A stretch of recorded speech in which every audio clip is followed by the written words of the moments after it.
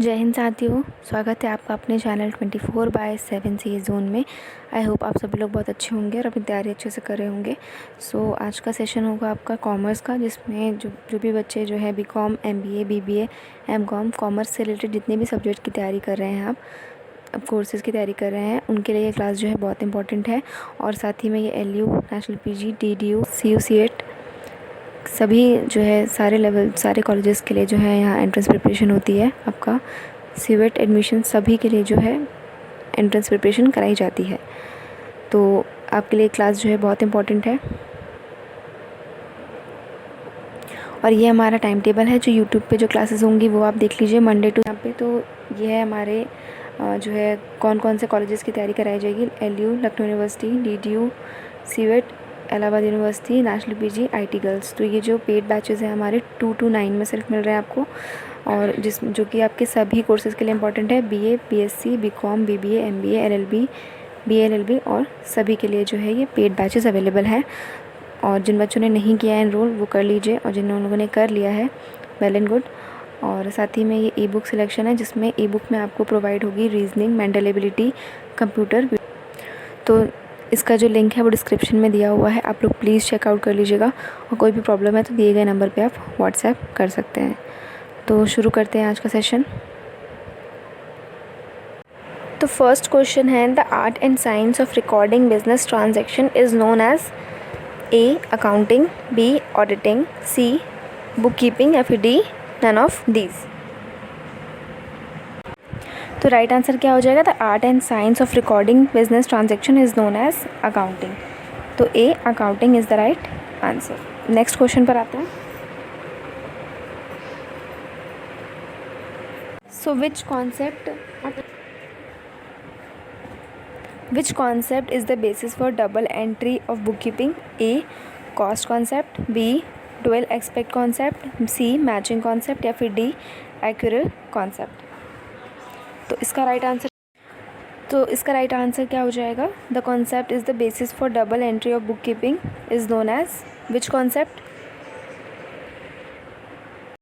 तो इसका right answer क्या हो जाएगा? B dual aspect concept is the basis for double entry of bookkeeping. तो B is the right answer. उसके बाद नेक्स्ट क्वेश्चन में पूछा गया है, outstanding salaries is a real account, B representative personal account, C nominal account, या D none of these. तो outstanding salaries क्या होंगी इनमें से? इसका राइट आंसर क्या हो जाएगा? तो इसका राइट आंसर हो जाएगा बी रिप्रेजेंटेटिव पर्सनल अकाउंट।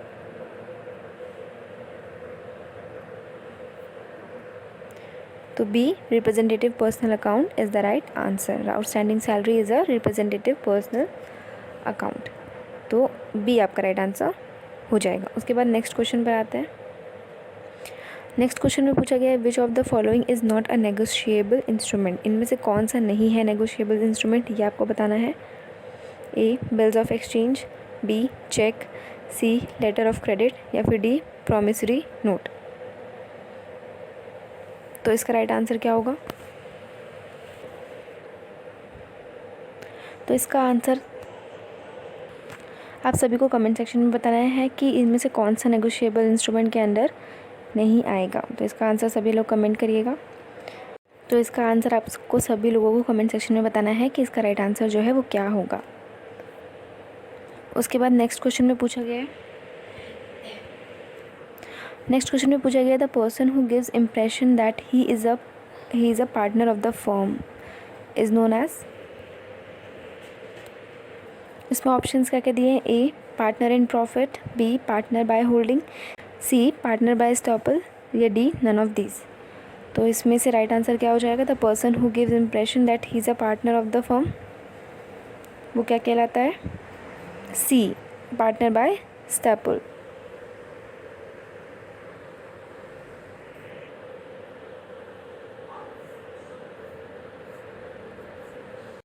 तो इसका राइट आंसर क्या हो जाएगा? C a partner by estoppel.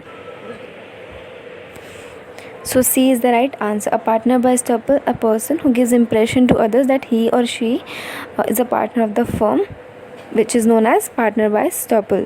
तो C आपका सही आंसर हो जाएगा। फिर उसके बाद नेक्स्ट क्वेश्चन पर आते हैं। Banking regulation act was enacted in A 1936, B 1949, C 1980 या फिर डी 1969। तो इसका राइट आंसर क्या होगा? Banking regulation act was enacted in the year, क्या होगा इसका आंसर?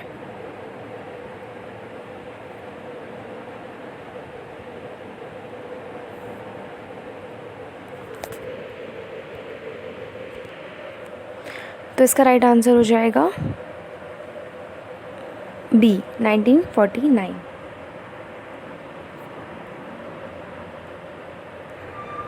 तो इसका राइट आंसर क्या हो जाएगा? बी 1949 आपका सही आंसर हो जाएगा।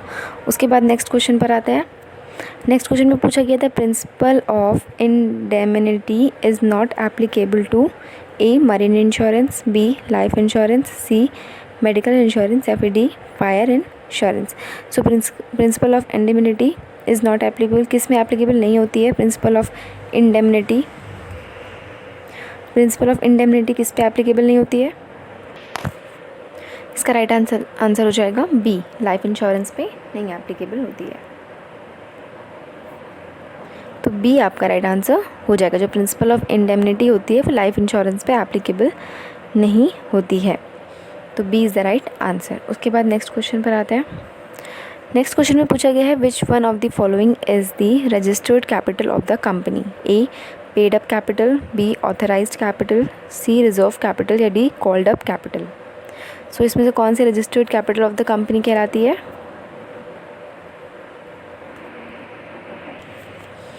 सो इसका राइट आंसर क्या हो जाएगा? बी ऑथराइज्ड कैपिटल जो होती है is the registered capital of the company. तो B is the right answer. Authorised capital आपका राइट आंसर हो जाएगा। तो authorised capital is the right answer. उसके बाद नेक्स्ट क्वेश्चन पर आते हैं। नेक्स्ट क्वेश्चन में पूछा गया है N entrepreneur who are cautious and not ready to take up risk are called as. So entrepreneurs who are cautious and not ready to take up risk are called A innovative entrepreneurs, B Fabian entrepreneurs, C imitative entrepreneurs या फिर D drone entrepreneurs। सो इसका right answer क्या हो जाएगा? B Fabian entrepreneurs who are cautious and not ready to take up risk. So those are known as Fabian entrepreneurs। तो B आपका right answer होगा।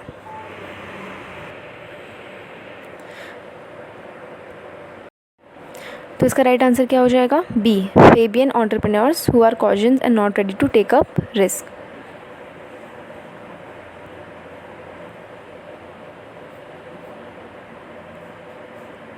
Next question, an organization engaged in purchasing and selling of services are called as A business organization, B trading organization, C commercial organization या फिर D industrial organization।